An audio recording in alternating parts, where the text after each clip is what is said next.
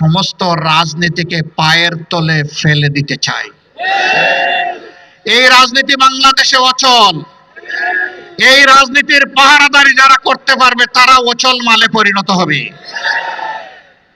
এখন বাংলাদেশে নতুন রাজনীতি করতে হবে, যেই রাজনীতি হবে দেশ জাতি স্বাধীনতা এবং সার্বভৌমত্বের পক্ষে, যেই রাজনীতি হবে বিশ্বে মাথা উঁচু করে দাঁড়ানোর পক্ষে, যেই রাজনীতি হবে দুর্নীতির বিপক্ষে, যেই রাজনীতি হবে চাঁদাবাজদের বিপক্ষে, যেই রাজনীতি হবে দখলবাজদের বিপক্ষে, যেই রাজনীতি হবে মামলাবাজদের বিপক্ষে,